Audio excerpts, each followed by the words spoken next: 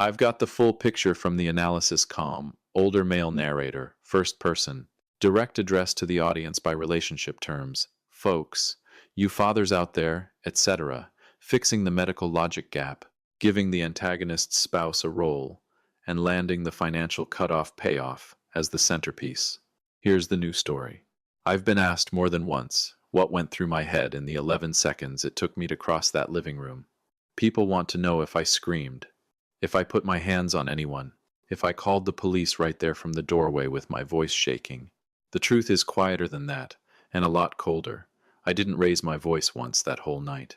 But by the time the sun came up, I had taken away everything my son thought he was owed, and I'd do it again tomorrow morning without blinking. Some of you watching are fathers. Some of you are mothers, grandparents, the ones who quietly hold a family together and never get thanked for it. Whoever you are, stay with me, because I think you're going to recognize pieces of yourself in this. My name is Robert Halloway. I'm 66 years old, and until 9 days ago, I would have told you, without hesitation, that my family was the one thing in my life I got right. I need to take you back a little further than that night, though, because if I start there, you won't understand why I didn't shout, why I didn't break anything, why what I did instead was so much worse for the people who deserved it. I married my wife Carol 34 years ago in a little church outside Harrisburg, Pennsylvania, the kind with a bell that still gets rung by hand. Carol is the steadiest person I have ever known. She raised our son practically alone during the years I was building my contracting business, 60, 70-hour weeks, and she never once made me feel guilty for it. She just kept the house standing and the boy fed and told me every night that we were building something, and we were. By the time our son Marcus was in high school, Halloway Construction had 30 employees and a name people trusted in 3 counties. I tell you this not to brag, but because it matters later. Every dollar Marcus ever had easy access to, every favor, every soft landing, it came from somewhere. It came from us. Marcus is 31 now. Good-looking kid, if I can say that about a grown man, takes after his mother, thankfully. Smart, too, smarter than me in a lot of ways. Went and got himself a degree in finance while I was still learning how to use a smartphone. I was proud of him. I am proud of him. Even now, even after everything. Because pride for your child doesn't just switch off like a light. It just gets complicated. 3 years ago, Marcus married a woman named Sabrina Cole. And I want to be fair here, because I've turned this over in my mind more times than I can count. Sabrina herself isn't a villain in this story. She's soft-spoken, she's polite at dinner, she calls Carol Mom, in a way that always sounded genuine to me. It was her parents. It was Warren and Denise Cole that put the rot in this family, and it took me far too long to see how deep it had gotten. I remember the first Thanksgiving Warren Cole sat at my table. Big laugh, expensive watch. The kind of man who tells you about his golf handicap before he asks your name. He shook my hand and held it a half-second too long, looked me dead in the eye and said, "Robert, we're all family now, aren't we?" And something in my gut went cold, the way it does sometimes, before you can explain why. I smiled anyway. I poured him a drink anyway. Because Marcus loves Sabrina, and you don't go picking fights with your son's new family over a feeling in your stomach. That was my mistake. Not the only one, but the first one, and I've had 9 days now to sit with just how much that single handshake cost me. Now, 10 days ago, I flew out to Charlotte for a 3-day supplier conference, something I do every spring, book it a year in advance. Everybody in the family knows the dates by heart. Carol stayed home. She'd been having some trouble with her blood pressure that winter, nothing the doctors were alarmed about, medication adjustments, the kind of thing that comes with being 62 and having worked as hard as she has her whole life, but she was managing it fine, walking every morning, feeling more like herself again. I called her every night from that hotel room like I always do. Tuesday night she sounded tired but fine. Wednesday night she didn't pick up until the 3rd try, and when she did, her voice had a strange flatness to it that I chalked up to a long day. I told her I loved her. She told me the same. I had no idea, none at all, that I was about to become the kind of husband who finds out too late. My flight back got moved up. A supplier cancellation opened a seat on an earlier connection, and rather than sit in an airport for 6 extra hours, I took it, which meant I landed in Harrisburg almost 11 hours before anyone was expecting me. I didn't call ahead. I never do 34 years of coming home to the same house. You stop announcing yourself. You just walk through the door and call out that you're home, and somebody hollers back from the kitchen. That's the rhythm of a marriage that's lasted. I want you to hold on to that rhythm, because what happened next broke it in a way I'm still not sure how to put back together. I pulled into the driveway a little past 4 in the afternoon. Marcus's car was there, which surprised me a Tuesday afternoon. He should have been at work, and beside it, a car I didn't recognize, a silver SUV with Ohio plates. I remember standing in the driveway for a second, just looking at that unfamiliar car, feeling that same cold drop in my stomach I'd felt at Thanksgiving 3 years earlier. Something in me said, "Slow down." I didn't listen. I grabbed my travel bag and walked up to the front door, and that's when I heard it laughter, coming from the direction of the kitchen, loud and easy, the kind of laughter that happens when people feel completely comfortable in a space. Marcus's voice. A man's voice I'd know anywhere now. Warren Cole's booming baritone. And underneath it, fainter, a woman's voice I didn't immediately place. I opened the front door quietly. Force of habit, I suppose, not wanting to interrupt whatever conversation was happening. And that quiet is the only reason I saw what I saw before anyone saw me. Carol was on the living room floor. Not standing, not sitting on the couch, waiting for me on the floor, propped against the base of the armchair, one hand pressed hard against the side of her head, blood threading down through her fingers and along her jaw, dried in places, fresh in others, soaking into the collar of her cardigan. Her face was gray in a way I had never seen on her, gray the way a person gets when their body is working too hard to keep them conscious.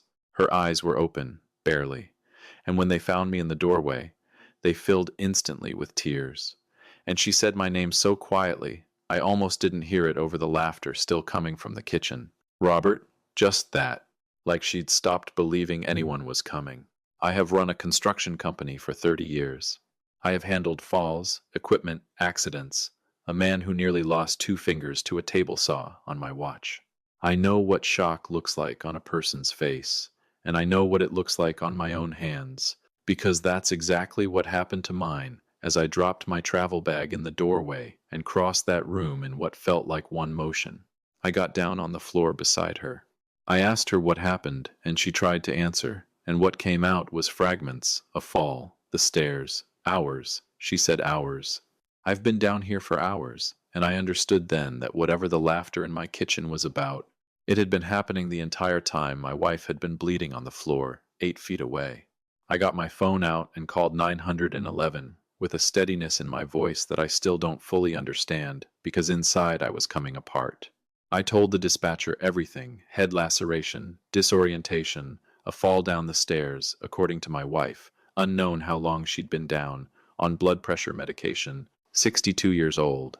The dispatcher kept me on the line, walking me through, checking her breathing, keeping her still, not letting her stand. I held a clean dish towel from my bag against the wound at the side of her head, and I held her hand with my other one, and I told her help was coming. I was here now. I wasn't going anywhere. And the laughter in the kitchen. I want you to understand this part clearly. The laughter in the kitchen did not stop.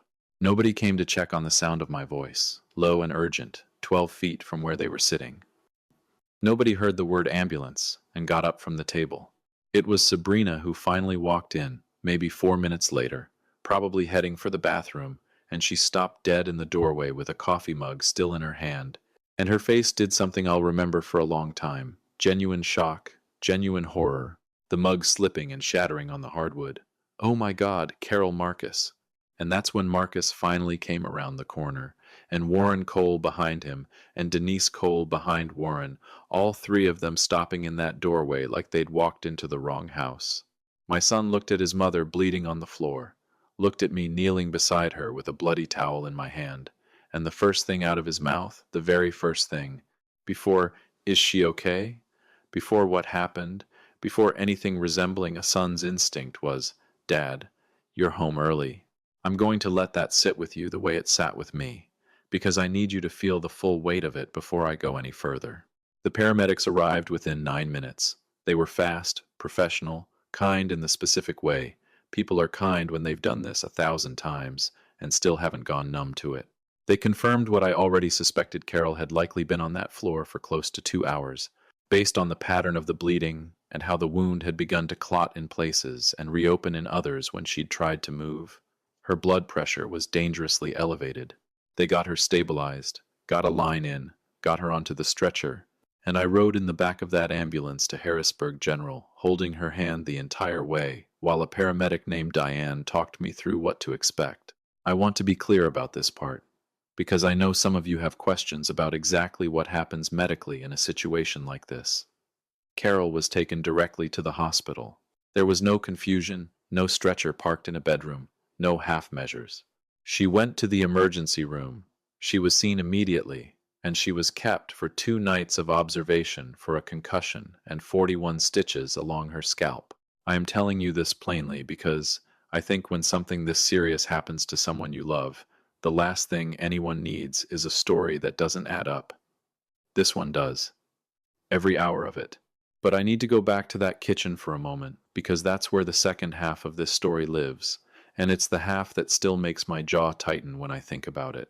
While the paramedics worked on Carol, I asked Marcus, quietly, to step into the kitchen with me, not to yell. I want to be honest, some part of me wanted to. Some part of me wanted to put my hands on the collar of his shirt and shake an explanation out of him. But I have spent 66 years learning that the men who yell are rarely the men who get the truth, and I wanted the truth more than I wanted the satisfaction of losing my temper. So I asked him, calmly, how long he had been in this house. Since around 1, he said. Nearly 3 hours. And your mother was on that floor the whole time? He looked at the ground. He said he thought she'd gone upstairs to lie down with a headache. He said he hadn't checked. 3 hours in his childhood home, 3 hours with his mother's car in the driveway and no sign of her. And it never once occurred to my son to walk 12 feet and look. That's when Warren Cole inserted himself into the conversation.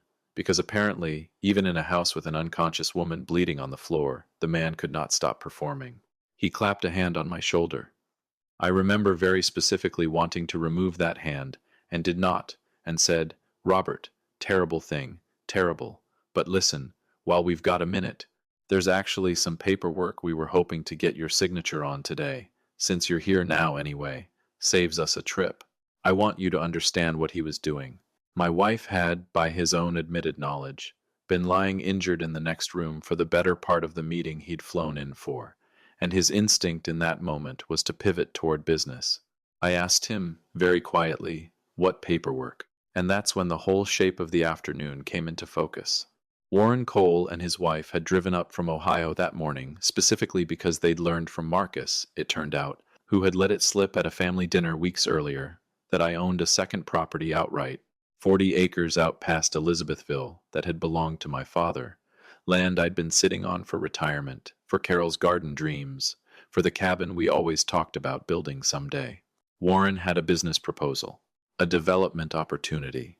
He wanted me to sign the land into a joint venture with a company he controlled, sight unseen, that afternoon, using paperwork his lawyer had drawn up in advance, banking on the fact that I'd be caught off guard, freshly landed, exhausted from travel, and eager to just sign something and be done with it. And the reason they'd chosen that particular Tuesday, the reason they'd driven 3 hours to sit in my kitchen with coffee and pastries, was that Marcus had told them I'd be out of town until Thursday. They had planned to get my signature through my son, using a power of attorney document. Marcus had apparently agreed, weeks earlier, to have drawn up just in case, authorizing him to sign on my behalf for exactly this kind of transaction. My own son had agreed, in writing, to help strangers take my father's land out from under me while I was on a business trip. And when his mother collapsed in the middle of that very meeting, the 4 of them had simply stepped over the moment and kept talking business, because the deal, apparently, could not wait for an ambulance. I did not raise my voice. I want you to know that, because I think it matters more than anything else in this story. I looked at Warren Cole, and I told him, evenly, that there would be no signature today, no signature ever, and that he and his wife had exactly 10 minutes to be off my property before I called the second set of authorities that day. Denise Cole tried to say something about how this was a misunderstanding, how they'd only just arrived when Carol fell a lie, and a clumsy one. because Marcus's own words minutes earlier had already told me otherwise. I didn't argue with her. I simply opened the front door and stood there, holding it, until the two of them gathered their folder of paperwork and walked out to that silver SUV.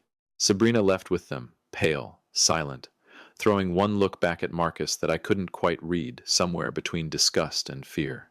That left me and my son, standing in a kitchen that still smelled like coffee, with his mother's blood drying on the living room floor 20 feet away. I didn't scream at him. I told him, in a voice I barely recognized as my own low-level final, that I had spent 31 years opening doors for him. I put him through college without a loan in his name. I co-signed the lease on his first apartment. I'd quietly covered his car payment for the better part of a year after he lost a job he never told his mother he'd lost. Every soft landing that boy ever had in his life, I built with my own hands, the same hands that were now shaking as I held them at my sides so I wouldn't do something I couldn't take back. And I told him that all of that ended that night, not out of cruelty, out of consequence. A man who can sit in a kitchen for 3 hours while his mother bleeds on the floor because a business deal is more urgent does not get to keep coasting on his father's generosity. I drove to the hospital that night and did not go home again until Carol was released 2 days later. In that time, I did 4 things, methodically, without a single raised voice to anyone. I called my accountant and removed Marcus as an authorized user on every credit account tied to my business and my personal finances, 4 cards in total, one of which he had run up nearly $9,000 on in the past year alone. Money I'd simply been absorbing without much thought, because that's what you do for your kid. I called my attorney and had the power of attorney document he'd signed with the Coles voided and, separately, had my will amended so that the land in Elizabethville would go into a trust that Marcus cannot touch, sell, or leverage until he is 50, if ever. I called Marcus's landlord, whose lease I had personally co-signed 2 years earlier, and formally withdrew as guarantor, effective at the end of the current term, which meant my son had 90 days to either qualify for that apartment on his own income or find somewhere else to live. And the 4th thing I did, the hardest thing, was I sat by my wife's hospital bed and told her everything, every detail, because Carol has never once in 34 years deserved to be protected from the truth about the people we love, even when that truth is ugly. She cried when I told her about the deed, about Warren Cole's paperwork sitting in that folder while she lay on the floor. But she didn't cry about the money. She cried, she told me, because she kept replaying the sound of that laughter through the wall while she lay there trying to call out and not having the strength to make herself heard over it.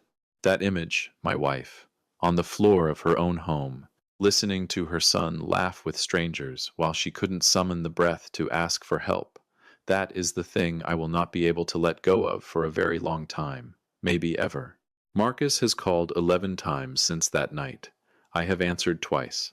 The first time, he tried to explain that he genuinely thought his mother was resting upstairs, that he didn't hear anything, that he's devastated, that he loves her more than anything. I told him I believed that he loves her. I told him love isn't the question. The question is what a man does with his eyes open in the moment it matters. And he had 3 hours to open his eyes, and he didn't, because there was a signature on the table that mattered more to him in that moment than his mother's silence in the next room. The second call, 2 days ago, he told me Sabrina had left him, moved back to Ohio, with her things in the same silver SUV her parents drove up in, and that the Coles were now, in his words, acting like they don't even know him. Karma. I've come to learn over 66 years, rarely needs my help. It has its own schedule, and it collects. Carol is home now.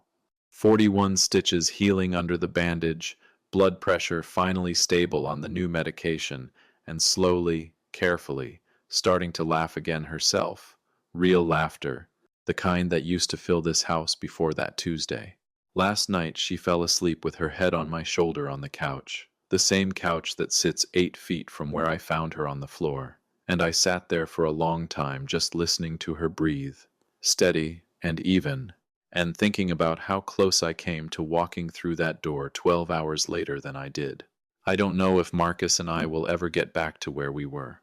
I hope so. I love my son, and I think, somewhere under the version of him that let his mother bleed for a business deal. There's still the boy who used to ride on my shoulders at the county fair and fall asleep in the truck on the way home. But hope is not the same thing as trust, and I am not interested in rebuilding trust with anyone, son or otherwise, who has shown me, clearly and without ambiguity, exactly where I rank against a signature on a page. So if you're a parent watching this, and you've got that same cold feeling in your gut about someone your child has brought into the family, I want you to trust it. Not with cruelty, not with shouting, but with clear eyes, and with the willingness to close doors you spent years opening, if that's what it takes to protect the person who was there before any of them, and who will be there after all of them are gone. Carol is home. She's healing, and for the first time in 9 days, when I close my eyes at night, I actually sleep.